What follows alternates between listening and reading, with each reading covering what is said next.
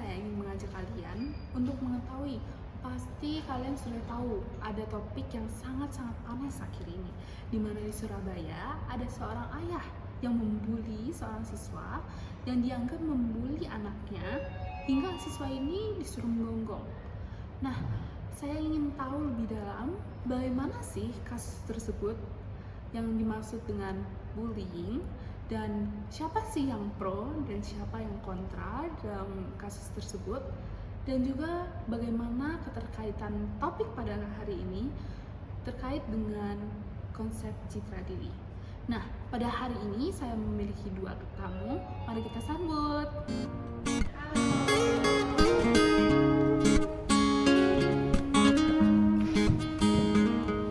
Nah, udah lihat kan seberapa keren-kerennya tamu-tamu ini. Nah, sebelumnya kita perkenalan dulu ya. Halo, perkenalkan nama saya Ferlin. Saya ada di tim kontra pada kasus ini. Halo, perkenalkan nama saya Bernadette. Di sini saya dari tim pro dari kasus pembulian. Wah, udah perkenalan, kita langsung lanjut aja yuk. Gimana sih pandangan kalian berdua dalam pembulian yang terjadi di Surabaya tersebut dalam pandangan umat Kristiani? Kalau menurut pandangan saya sih sebenarnya ayahnya nggak salah sih, karena kan dia membela anaknya dibully oleh siswa tersebut, sehingga ya ayahnya stand up gitu untuk membela anaknya. Ya salah siswanya itu sendiri juga sih kenapa main bully anaknya. Ya, bisa saya mengerti sih pandangan itu, tapi menurut saya sih itu lumayan keras ya apa yang dilakukan oleh ayah. Terus kayak saya pikir bukan hak ayahnya juga untuk punish anak siswa yang ngebully anaknya ini. Misalnya kayak saya pikir harusnya dia at least memberitahu orang yang lebih berkuasa dulu, kayak guru atau principal atau gimana gitu.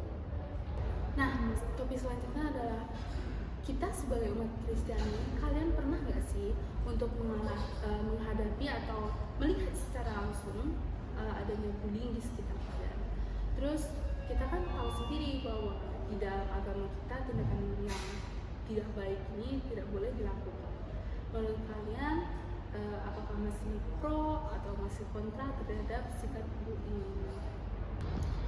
Kalau saya sendiri sih saya masih kontra ya terhadap kasus ini dan terhadap pembulian in itself, karena dari yang telah saya pelajari dari Alkitab dan dari saya ke gereja dan telah saya pelajari dari orang tua saya, we need to practice compassion. Kita harus menyayangi sesama kita sendiri, dan kita juga harus mengikuti apa yang Tuhan inginkan bagi kita. Kita harus mengikuti apa God's image, karena kita dibuat menurut citra Allah itu sendiri. Jadi saya masih kontra terhadap itu. Benar sih, saya setuju. Cuman kalau menurut pendapat saya, walaupun memang di Alkitab dibilang kita tidak boleh membalas kejahatan orang, cuma menurut saya pribadi ya kalau emang orang tersebut salah, kenapa kita harus diam saja? Kenapa kita harus diam saja? Dan kalau saya melihat ada kasus pembulian gitu, ya menurut saya itu urusan mereka, saya nggak mau ikut campur, karena saya pun tidak tahu itu dibalik tindakan bully itu siapa tahu yang dibully memang salah, kan saya juga tidak tahu, jadi saya memilih untuk diam saja dan saya tidak peduli. Nah, tadi kan udah dapat nih pandangan menurut kalian masing-masing. Nah, kalian tahu kan di dalam kita sebagai umat Kristiani itu ada penyimpangan terhadap citra diri. Di dalamnya kita juga tahu adanya sombong itu bisa menciptakan penyembahan begitu, dan pembulian dan lain sebagainya. Nah, gimana sih menurut kalian kasus ini terkait dengan penyimpangan citra diri, lalu bagaimana kalian mengatasi atau memberi tips-tips untuk teman-teman kita untuk menghindari adanya sikap pembulian? Menurut saya sendiri sih dalam kasus ini tuh sangat terkait dengan citra diri, karena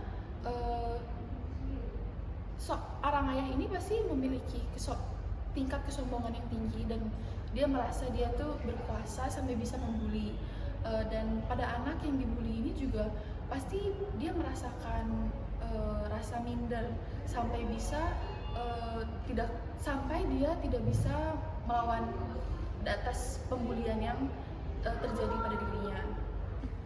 Kalau menurut saya sih sebenarnya nggak ada hubungannya, karena kalau semuanya itu tentang masalah mindset dan cara pikir orang setiap pribadi gitu. Karena ada orang yang dibully tapi tidak dimasukin ke hati, jadi dia tidak menanggapi, jadi tidak ada sikap minder atau jadi menyembah yang membulinya. Nah, udah lihat nih tadi percakapan kita keren-keren banget.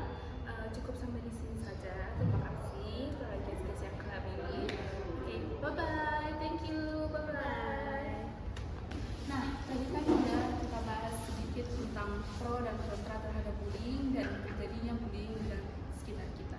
Maka dari itu, jangan melakukan bullying ya guys, karena bullying Mengganggu kesehatan mental Dan tidak